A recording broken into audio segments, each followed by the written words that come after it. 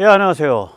예, 서부지법에서 좀 말하자면은 물리적인 충돌이 있으니까 그걸 법치주의 파괴라 그러는데 아니죠. 그건 법치주의랑 전혀 관계가 없고 법치주의를 파괴한 거는 법관들이죠. 예, 법관입니다. 그 물리적 충돌은 법치주의가 무너진 데 대한 그 시민들의 울분이 튀어져 나온 우발적 사고라고 저는 생각을 합니다. 국민들이 이제 더 이상 못 참는다 이런 어떤 정치 심리가 임계치에 도달해 가는데 저들에게 좀 좋은 말 제가 하고 싶습니다. 걱정 마십시오. 예, 걱정 마십시오. 폭력혁명은 없습니다. 당신들은 폭력혁명을 해야 될 가치가 없는 존재, 허방다리 같은 존재이기 때문입니다. 오늘 그 같은 이야기를 모시겠습니다. 예, 서부지법 사건을 두고 문화일보 멀쩡한 신문 같은데, 예, 대법원 윤 지지자 법원 난입에 법치주의 부정 용납 불가. 그래가지고 그 천대엽 법원 행정처장의 입장문을 그냥 일방적으로 인용했어요. 제가 잘 몰라서 그러는데 법원 행정처의 입장문이 대법원의 공식 입장인가요? 아닐 것 같은데. 기관이 다르잖아요. 법원 행정처 나부랭이가 대한민국 사법체계의 최고 조직이라고 할 수 있는 대법원을 대변할 수 있나? 처장, 천대엽이가 대법관 중에 하나지. 그러니까 이거는 법원 행정처 입장문, 법치주의 부정, 용납 불가. 그렇게 해야 정확한 기사 아닌가. 저는 그렇게 생각을 합니다. 모르겠습니다. 어떤 식으로 그 내부가 짜여져 있는지. 천대엽 법원 행정처장은 입이 100개라도 법치주의를 이렇게 운운할 수 있는 자격이 없습니다. 예, 민경욱 의원 선거법 심판 보십시오. 그때 주심이 천대엽입니다. 법률에는 선거법 심판은 빨리 끝나게 돼 있는데 이게 거의 몇 년을 끌었죠? 한 3년 끌었나? 법 규정을 어기며 질질 끌다가 결국은 민경욱 원고가 선거 부정을 입증하는 데 실패했다며 원고 패소 판결을 내렸죠. 그때 여러 가지 이상한 투표지 잔뜩 나오지 않았어요? 뭉개진 거, 인주 뭉개진 것도 나왔고, 빳빳한 신권 투표지도 나왔고, 그 다음에 풀로 붙여져서 이렇게 안 떨어지는 투표지도 나온 것 같은데 그때. 예. 이런 것들이 그냥 다 정상적이라고 그렇게 판결 내린 주심입니다. 이자가. 예. 저는 그냥 이자라 그럴게요. 예. 법관들이 대한민국 법치주의를 파괴해온 범인들이죠. 윤 대통령에 대한 황당한 체포영장, 구속영장 발부는 언급하지 않겠습니다. 네, 그건 얼마나 황당한지는 다들 느끼는 거니까. 헌재만 보십시오. 헌재가 만약에 줄탄핵을 빨리빨리 기각하든지 각하했더라면 행정부 마비가 없었고, 따라서 종중국회 독재를 막을 수 있었고, 따라서 계엄이 없었겠죠. 또 법원이 이재명 선거를 서둘렀으면 대한민국 정치가 훨씬 더 빨리 안정화될 수 있었겠죠. 서두르는 것도 아니죠. 그러니까 일상적인 템포에 맞춰서 진행했더라면. 중앙선관위원장, 광역선관위원장, 지방선관위원장 이거 전부 다 법관들입니다. 이 법관들이 우리 조직하고 감싸고 돌지 않으면서 선관위, 선거 시스템을 눈 부릅뜨고 관리하고 보강했더라면 부정선거 의혹을 원천 제거할 수 있었겠죠. 가장 중요한 일들을 다 안 한 거예요. 시스템이 견제와 균형으로 돌아갈 수 있는 입법, 사법, 행정이 견제와 균형으로 돌아갈 수 있는 말하자면 가장 중요한 역할들을 전부 그러니까 업무 유기 혹은 직무 유기죠. 방치한 거죠. 그러면 시스템 안 돌아가죠. 시스템 안 돌아가면 법치주의 무너지죠. 그러니까 법관들이 대한민국 법치주의를 파괴해온 범인들이에요. 그러니까 서부지법 사건을 두고 법치주의 파괴다라고 비판할 사람들은 있을 수 있는데 법관은 그 비판 못해요. 예, 비판할 자격이 없어. 그거 구역질나는 행태야. 정확하게 오늘 좀 법철학적인 이야기를 드릴게요. 법관이 스스로 법치주의, rule of law를 파괴해서 사법주의, rule by law로 전락시킨 주범입니다. 이게 무슨 얘기냐? 예, 좀 자세히 말씀드리겠습니다. 먼저 세뇌 탈출 자유구독료 부탁 말씀 올립니다. 아시다시피 세뇌 탈출은 광고가 잘 붙지 않습니다. 붙더라도 천천히 붙는 경향이 있습니다. 도와주시면 보다 좋은 컨텐츠로 찾아뵙는 데 커다란 힘이 되겠습니다. 감사합니다. 법치주의, rule of law와 사법주의, rule by law는 어떤 차이가 있을까요? 과연 전치사 of 또 전치사 by 이 두 전치사 사이의 차이일까요? 아닙니다. rule of law의 법, law와 사법주의, rule by law의 law가 같은 law가 아닙니다. 같은 법이 아니에요. 이게 이런 것들이 우리나라 그 사법고시에 나와야 되는데 이런 그 근본적인 법 철학, 자유민주주의, 자유민주공화국의 법 철학에 관한 문제를 안 묻나 봐요.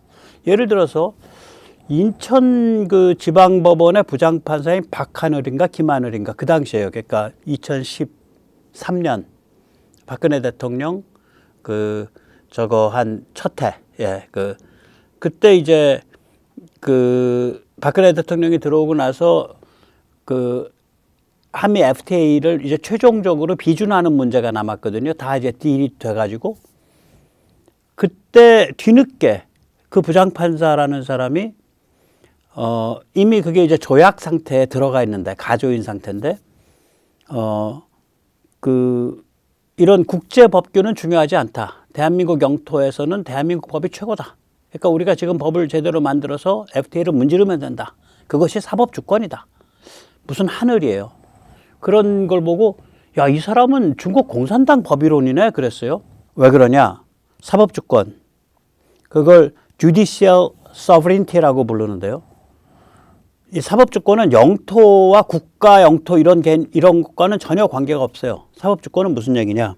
법관이 한 명의 자유로운 독립적 개인으로서 자유로운 영혼을 가진 존엄한 개인으로서 그 판단에 있어서 독립성을 가진다는 뜻이에요. 개인의 독립성을 뜻해요. 법관 개인 판단의 독립성, 인디펜던스를 가리켜요. 그래서 그걸 주권이라 부르는 거예요. 그게 자유민주공화국의 사법주권 개념입니다.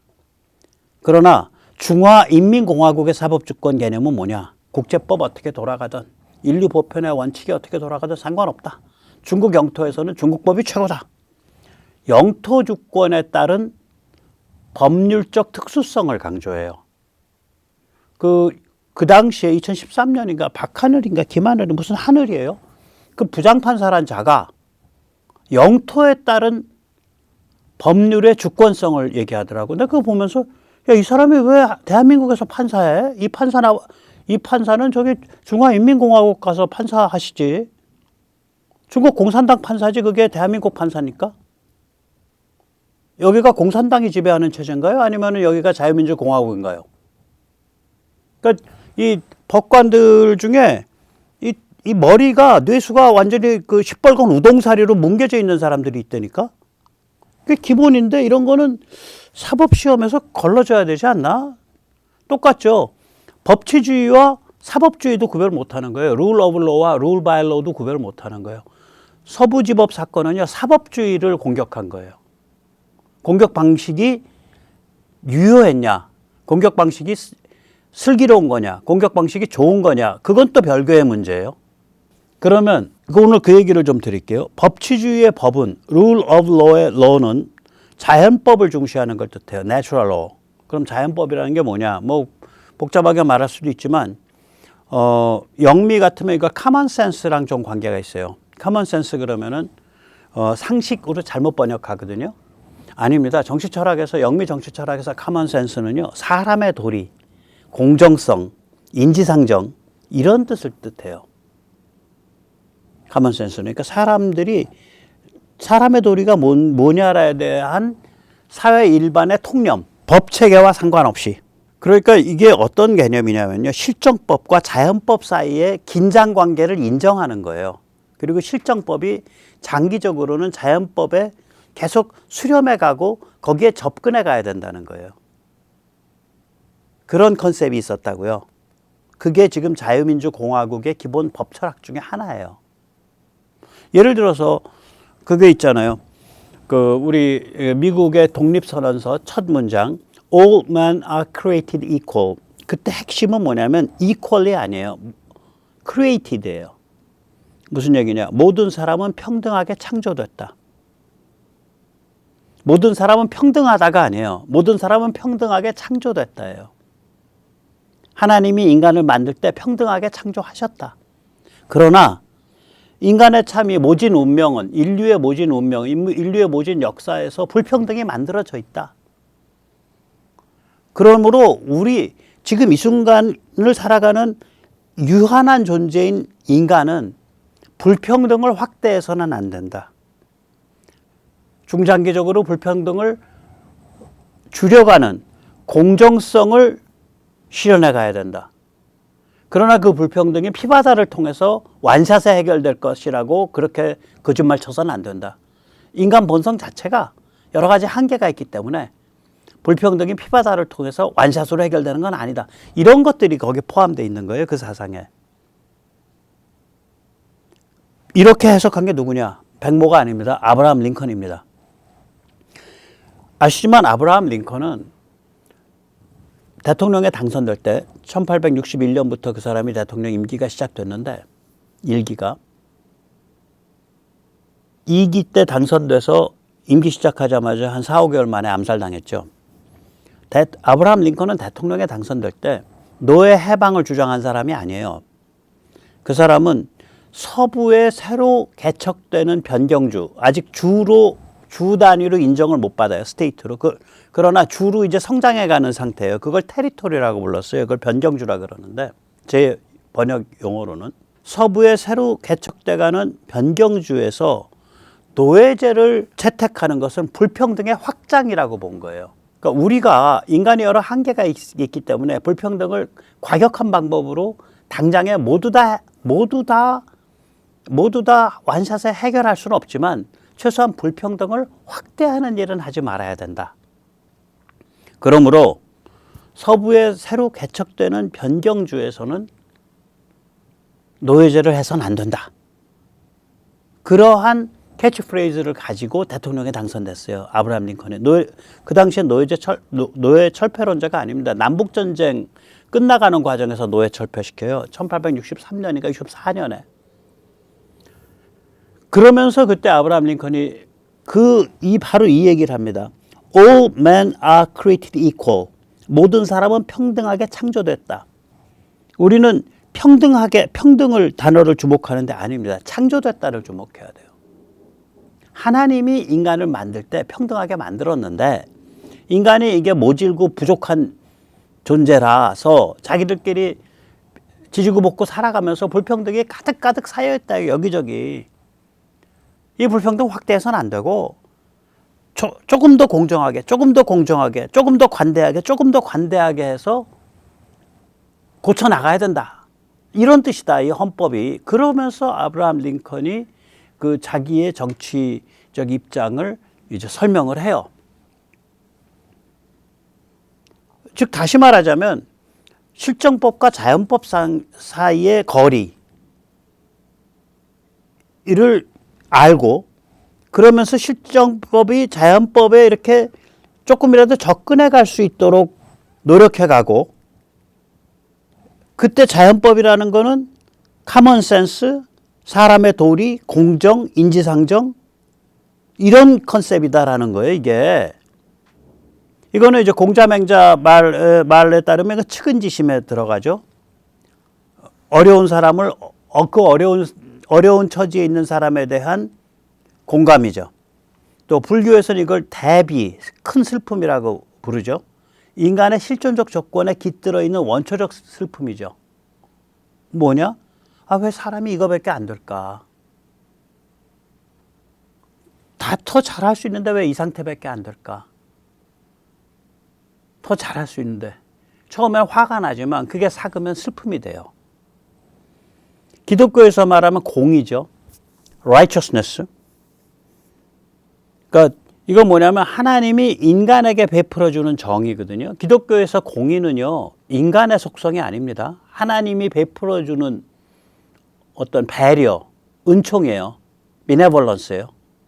이거 교회 다니시는 분들도 잘 몰라 이거. 그래서 내가 정의로다, 우덜식 정의로다, 내가 정의고 너는 수구 꼴통이야 라고 떠드는 자들, 그런 자들을 셀프 인증 공의, 셀프 라이처스네스라 그러잖아요. 우덜식 정의라고. 왜냐? 야, 공의는 하나님이 내려주는 건데 어떻게 네가 공의롭다라고 얘기하냐? 네가 공의 그 자체라고 얘기하냐? 저 또라이 아니야? 우리가 근데 독선이라고 번역했는데 그거 아닙니다. 이건 기독교 사상을 알아야 그 영어 단어의 뜻을 알아요. 이 마찬가지입니다. 예. 이런 것들이 다 자연법 사상이랑 맞물려 있는 컨셉들이에요, 이게. 이게 natural law. 그러니까 법치주의에서의 그 법이 실정법만 뜻하는 게 아니에요. 그 실정법을 떠받치고 있는 common sense, 인간의 도리, 인간이 지향해야 될 공정성, 인지상정, 책임지심, 대비, 공의, 이런 거예요. 그런 걸 포함하는 개념이라고요. 법치주의의 법이라는 게. 반면에 사법주의, rule by law는 뭐냐? 중국 공산당도 어떤 프로세스에 의해서 법이 정해지잖아. 입법 절차가 있지. 스탈린 때도 입법 절차가 있어요. 북한도 입법 절차가 있어. 입법 절차에 만들어진 법률을 활용해서 국민 혹은 주민들로 하여금 숨도 쉬지 못하도록 만드는 것이 사법주의예요. 지금 국가가 위험에 빠졌습니다. 저런 행태에 의해서 저 서부지법에서 펼쳐진 행태는 국가를 위험에 빠뜨리고 있습니다. 저는 그렇게 안 생각해. 서부지법의 행태는 사법주의를 위험에 빠뜨리고 있어요. 시건방진 싸가지 없는 법관들의 싸가지 없는 행태를 위험에 빠뜨리고 있어요. 사법주의가 지배하는 세상에서는 법관은 굶주린 사냥개로 타락하고 말죠. 저는 천대엽 대법관님께 충고 드립니다. 예. 저 천대법관님 사랑해요. 그러니까 충고도 드릴 수 있지. 법치주의를 어겼다. 룰 오브 로를 어겼다. 이렇게 계급 품물지 마십시오. 사법주의를 파괴했다. 룰 바이 로를 파괴했다. 이렇게 광분하십시오. 귀하의 입은 감히 법치주의, 룰 오브 로라는 단어를 뱉어낼 자격이 없습니다. 자기 입이 어떻게 생겨먹은 입인지는 알고서 살아야 될 거 아니야. 그 나이 들어서 대법관식 하면 대법관이 뭐 양아치 이름인가? 자, 그리고 생각해 볼 수 있죠. 이게 법치주의냐 아니면 극단적 사법주의냐. 사람은 왜 봐봐요. 이게 법치주의냐 아니면 극단적 사법주의냐. 예, 이건 유튜브 휴머니스트에서 사용하는데 그분이 해도 좋다고 나중에 해주셔서 감사합니다, 휴머니스트님. 지금 집어던졌어.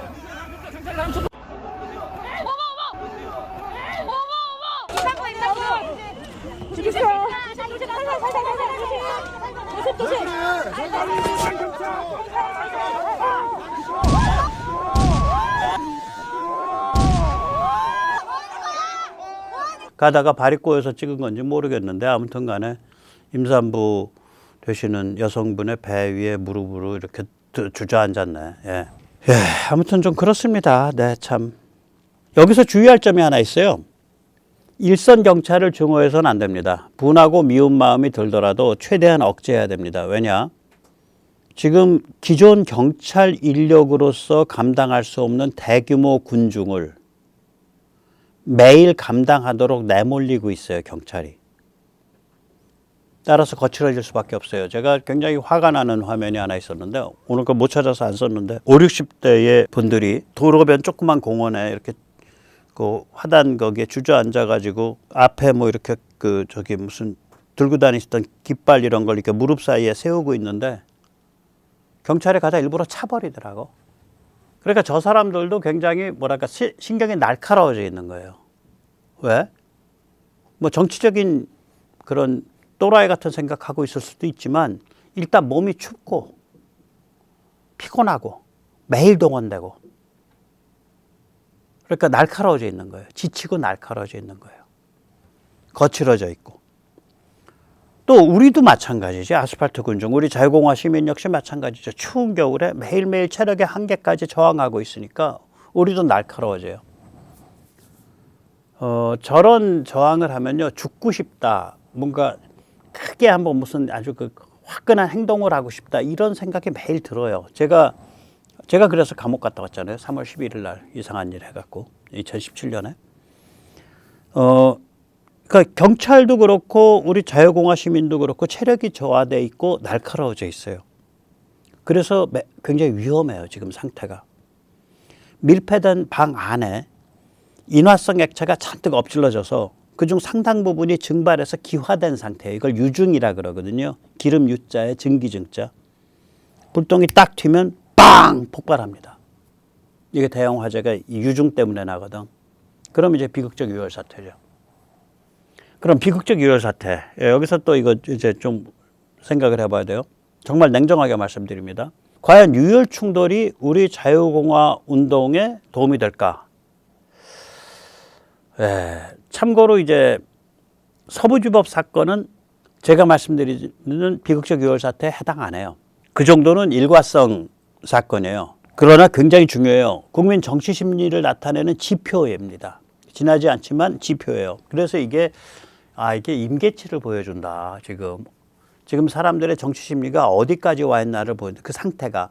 그렇기 때문에 천대엽 같은 자가 아무리 떠들어도 뭐 법치주의를 위협하고 있습니다. 아무리 떠들어도 매스미디어가 아무리 악마해도 저거 폭도예요. 폭도. 아니 폭도가 뭔지 당신들 보기나 했어?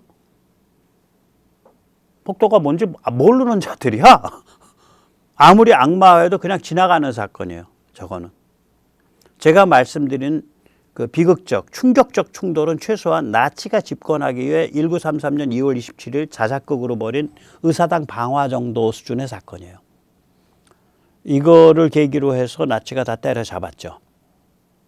다 때려잡았습니다. 의사당 방화 사건. 냉정하게 말씀드릴게요. 이 같은 본격적 비극적 충돌이 저들의 자작극이 아니라 우리 자신에 의해서 벌어진다면 자유공화 운동에 도움이 될까요? 저는 여기에는 서부지법 정도의 충돌은 저는 아예 언급을 안 하는 거예요. 그건 제 기준에서는 충돌, 이게 뭐 심각한 충돌이라고 안 보는 거예요. 물론 쟤들이 지금 약이 바짝 올라서 여러 사람 감옥 보내고 난리를 부리고 여러 청춘이 망가지지만 옛날에 그게 몇 년이야? 86년? 85년? 86년이죠. 86년 건대 사태 때 1000명 한꺼번에 감옥 갔는데 그래서 저는 저런 거는 그렇게 저의 냉정한 정치공학적 판단에서 저건 심각한 충돌 아니다. 제가 말씀드린 건 심각한 충돌을 얘기해요. 그런 게 우리들에 의해서 벌어졌을 때 지금 제가 왜 이 얘기를 드리냐면 지금 매일 현장 가시잖아. 피곤하잖아요. 추위 있잖아요. 그럼 사람이 독이 올라요. 마음속에서 그리고 죽고 싶은 마음도 들고 뭔가 화끈한 극단적인 행동을 하고 싶은 마음도 들고 그래요. 제가 그거를 지금 두고서 얘기해 드리는 겁니다. 그런 게 운동에 도움이 될까요? 안 됩니다. 왜? 우리는 이미 이제까지 해온 방식으로 대승을 거두고 있어요. 근데 왜 방식을 바꾸냐 이거지. 증명된 방식이 있는데 승리를 위한 증명된 방식이 있는데 왜 방식을 바꾸냐 이거예요. 그냥 쉽게 얘기하면 다음 두 가지에 주목해야 됩니다. 첫째, 전국 주요 도시에서 동시에 들불처럼 일어나고 있는 압도적 평화 시위죠. 광화문에 제 기준으로는 광화문에 지금 모이시는 분들이 한 5만에서 한 8만 사이 돼요. 제 기준으로는. 저는 냉정하게 잽니다. 그러니까 문 앞에서 이순신 장군 동상 앞에까지 꽉 찼을 때 저는 15,000 봐요. 15,000에서 2만. 문 앞에서 서울광장까지 꽉 차면 저기 대한문 저는 4만에서 5만 봅니다. 문 앞에서 남대문까지 꽉 차면 한 6, 7만 봐요. 그렇게 이제 냉정하게 얘기하는 건데 광화문에 그럼 한 5만, 6만 그렇게 모이면 진짜 시내가 흔들흔들 하는 거거든요. 5만, 6만 장난 아닙니다. 그런데 만약에 광화문에 5만, 6만 모이면서 동시에 서울 시내 주요 곳곳에 1000명, 2000명 모이고 동시에 전국 5대 도시, 10대 도시에서 2000명, 3000명 모이면 어떡할 거냐고. 압도적 평화시예요. 보통 이제 연세 드신 분들이나 보통 이제 잘 모르시는 경우가 있는데 예전처럼 무수한 의경이 몸빵으로 막을 수 있는 상황이 아닙니다. 지금 막고 있는 경찰들이 의경 아니에요. 젊은 경찰이에요, 그냥. 마지막 의경은 2021년 10월에 모집되어서 2023년 6월에 전역했습니다. 이 까닭에 아스팔트 자유공화 시민들 막느라 일선 경찰들의 몸과 마음이 완전히 녹초가 되어 있는 상태예요. 상황이 이 같은 만큼 압도적 평화 시위로 충분해요. 여기서 광화문에 광화문서부터 시청 앞까지 제 기준 꽉 채우면 그게 한 4, 5만 되는데 그거 꽉 채우고 동시에 서울 시내 곳곳에 3,000명, 4,000명, 5,000명 채우고 한 20군데 수도권 한 40군데에 3,000명, 4,000명, 5,000명 채우고 그리고 전국 5대 도시에 또 그렇게 5대, 10대 도시에 그렇게 채우고 그러면 어떡할 거냐고. 경찰이 막는 것 자체를 포기하게 돼요. 평화적이에요. 어디 점령할 필요도 없어. 평화적이야. 이게 압도적 평화 시위예요. 지금 이 길로 가고 있는 거예요. 이 길로 가고 있는 거라니까요. 이게 무서운 거예요. 왜냐하면 평화적인데 이미 기존 권력, 기존 체제의 컨트롤 밖으로 나가버린 거예요. 이게 정말 살벌한 거라고요. 평화적이에요. 우리 평화적으로 해야 돼요. 그러면 어딘가 트어져. 그게 조중동에서 트어지는 소리가 나든 검찰이 트어지는 소리가 나든 공수처 내부에서 무슨 양심선언이 나오든 서부지법 내부에서 양심선언이 나오든 헌재에서 양심적인 움직임이 벌어지든 어딘가 트어져요. 그러면 분명히 트어져요. 계속 그렇게 가면 그러면서 시스템이 이제 그 적응력을 갖게 되는 거예요. 변화를 시작하는 거예요.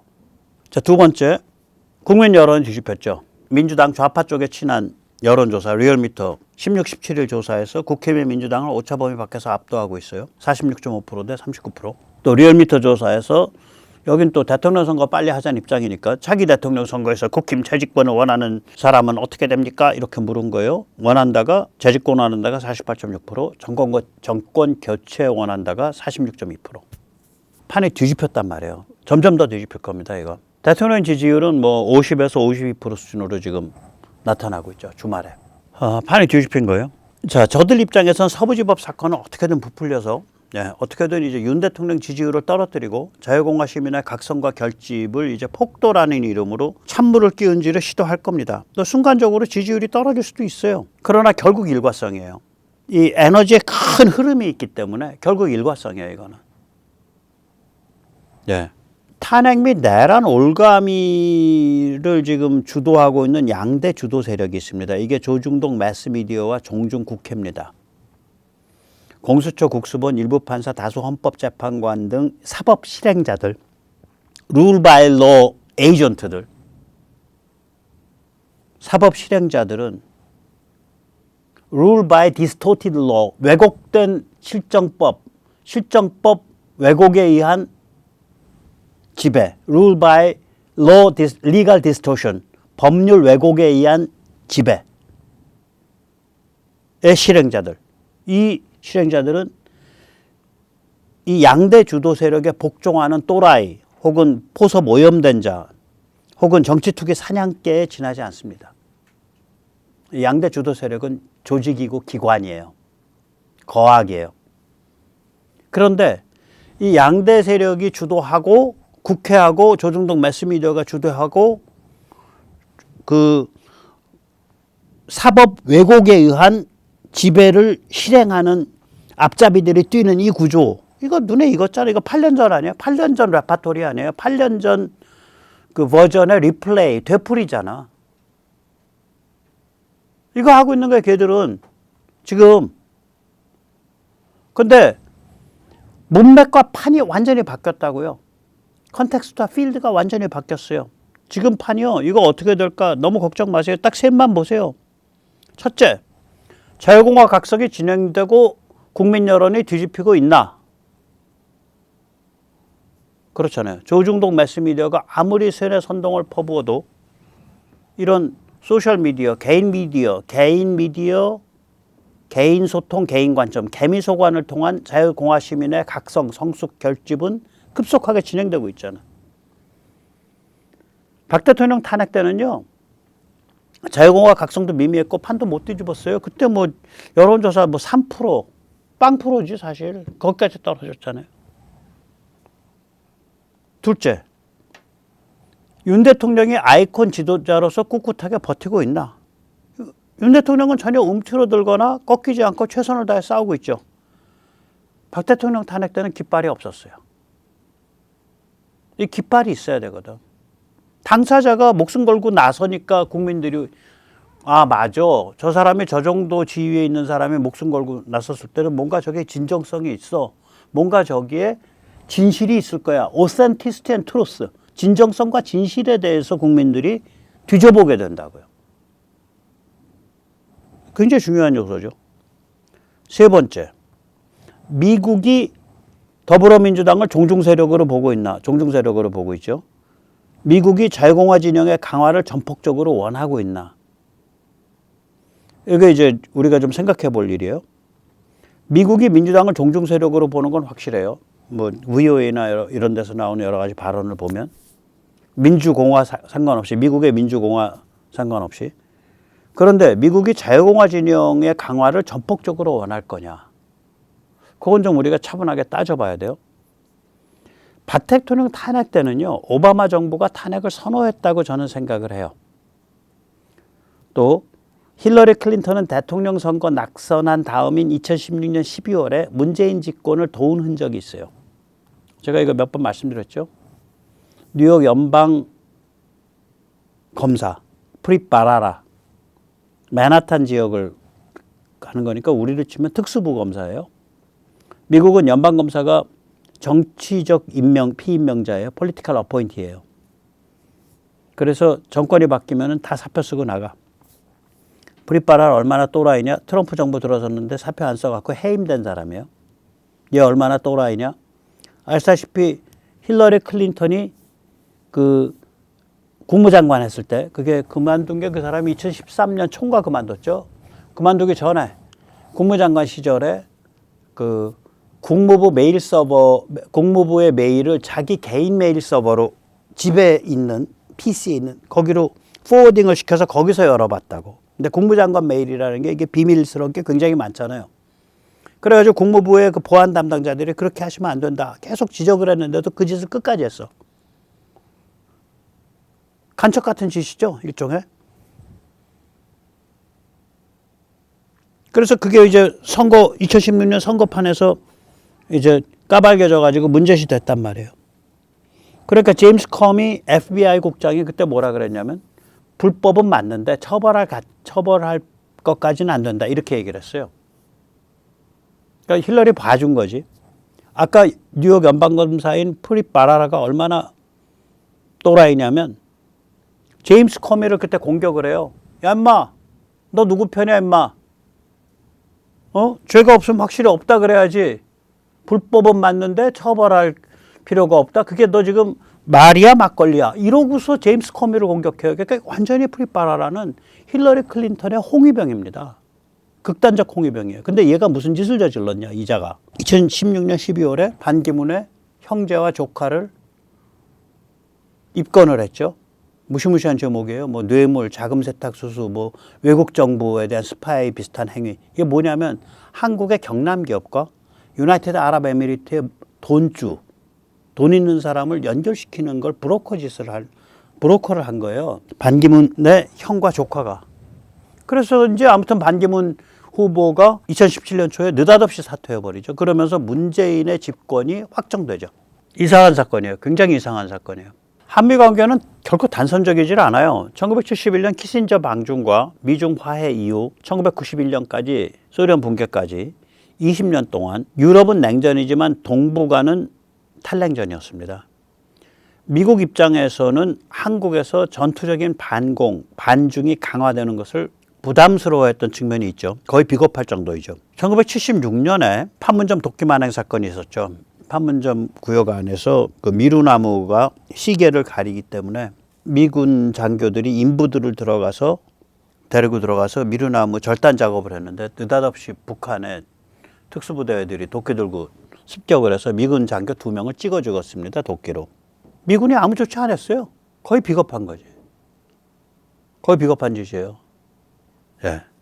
미중 화해 때문에 1991년 소련 붕괴 이후 2017년까지 26년 동안 미국은 미친 듯한 중국 사랑에 빠졌었죠. 수천만을 학살한 모택동의 후예들도 세계 시장에 푹 담그어 돈 맛을 알게 해주면 착해진다. 뭐 이런 착각에 함몰됐습니다. 이런 착각을 하이퍼 글로벌라이제이션, 초글로벌라이제이션이라고 부릅니다. 이런 상태에서는 우리의 본원적 본질적인 특질인 반중, 반공, 반전체주의는 극도로 억제될 수밖에 없습니다. 우리의 이 같은 특질, 우리의 이 같은 속성을 고스란히 담고 있는 우리의 자유공화주의는 그 역시 극도로 억제되어 수국골통 전쟁광으로 치부되는 거죠. 자, 이렇게 지내왔다고요, 우리가. 과연 지금 특히 트럼프 정부가 1971년에서 2017년까지 미국이 한반도 전략 56년을 지배해온 자유공화주의 억제 관성을 떨쳐낼 수 있을까요? 저는 있다고 봅니다. 세 가지 이유 때문이죠. 제가 이래서 윤 대통령 지지했잖아요. 첫째, 윤 대통령이 미국한테 증명을 했어요.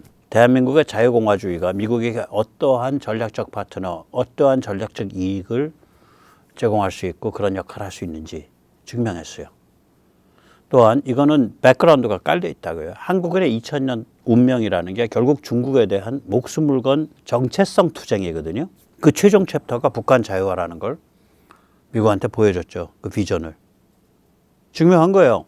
둘째, 미국이 중국을 군사적으로 포위 압박하려면 대한민국은 머스트입니다.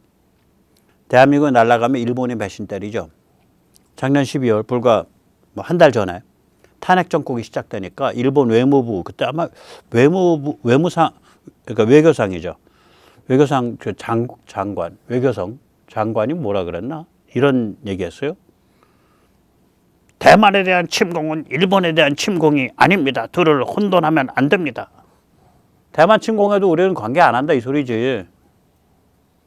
불과 얼마 전까지 대만 침공하면 일본이 가만히 있지 않겠다라고 하다가 한국에서 탄핵 정국 딱 터지니까 한국 넘어가나 보다. 그럼 우리도 손 빼. 이거예요. 그래 일본 발칵 뒤집혔다고요. 얘들은요 틈만 나면 배신 때리는 애들이에요. 일본의 이른바 기득권 상류층이라는 건 틈만 나면 미국의 대중 전략으로부터 이렇게 삐져나가요. 미국이 미중 화해 일어나니까 제일 먼저 중국이랑 수교한 나라 어디예요? 일본이에요. 1973년인가 됩니다.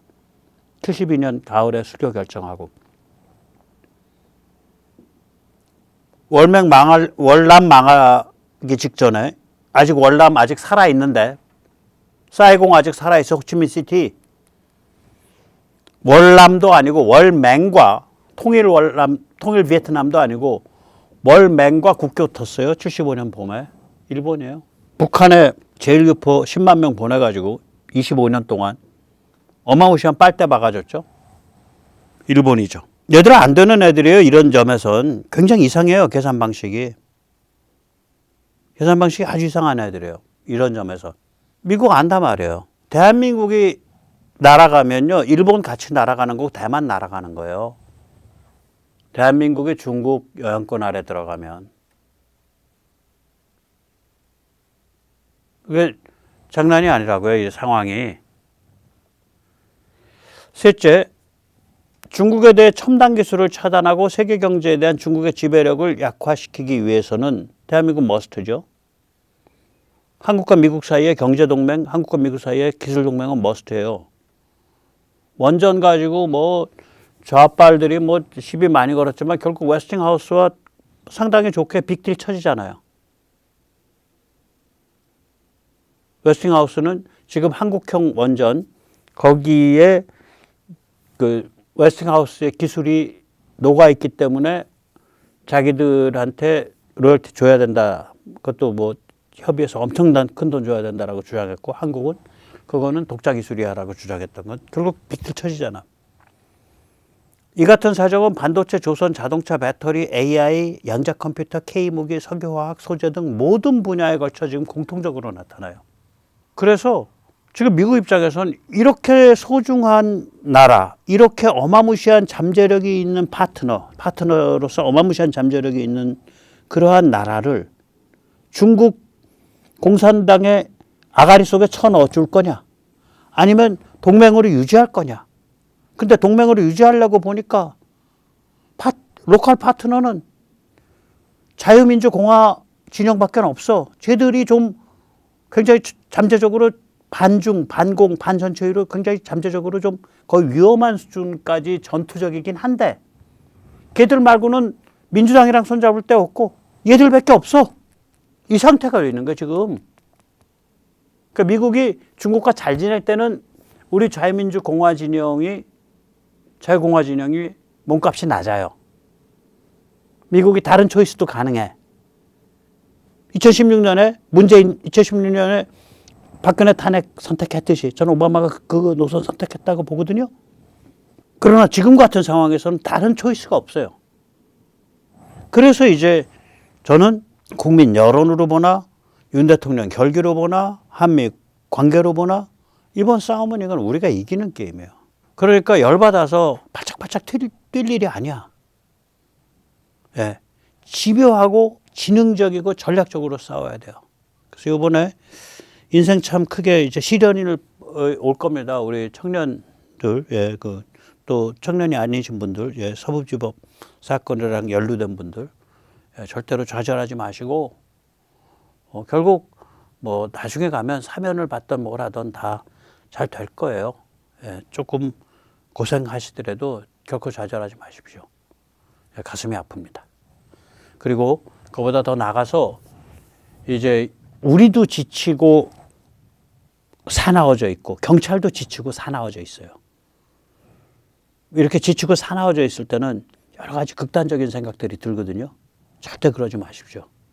느긋하게 여유 있게 그러나 집요하게 지능적으로 싸워야 됩니다. 압도적 평화 시위로 묻어버릴 수 있습니다. 상대방을. 유혈 사태 없이. 예, 그런 의미에서 전국 6천여 교수, 그러니까 사회정의를 바라는 전국 교수 모임 정교모, 자유공화 시민혁명 선포가 있죠. 1월 23일 목요일입니다. 오후 2시에서 오후 4시까지 합니다. 광화문 동화문세점 광장입니다. 예, 저는 아마 현장에는 가는데, 예, 별도의 무슨 연설 같은 거 못 할 거예요. 그 오전에 있는 집회에서 연설을 해서 제가 목이 별로 좋지를 않아서요. 하루에 2번 못 해요. 그랬다가 뭐 작살납니다. 사기 탄핵과 국헌문란 규탄 전국 교수 비상대회입니다. 헌법재판소까지 행진이 있습니다. 예, 오늘 여기까지 모시겠습니다. 감사합니다.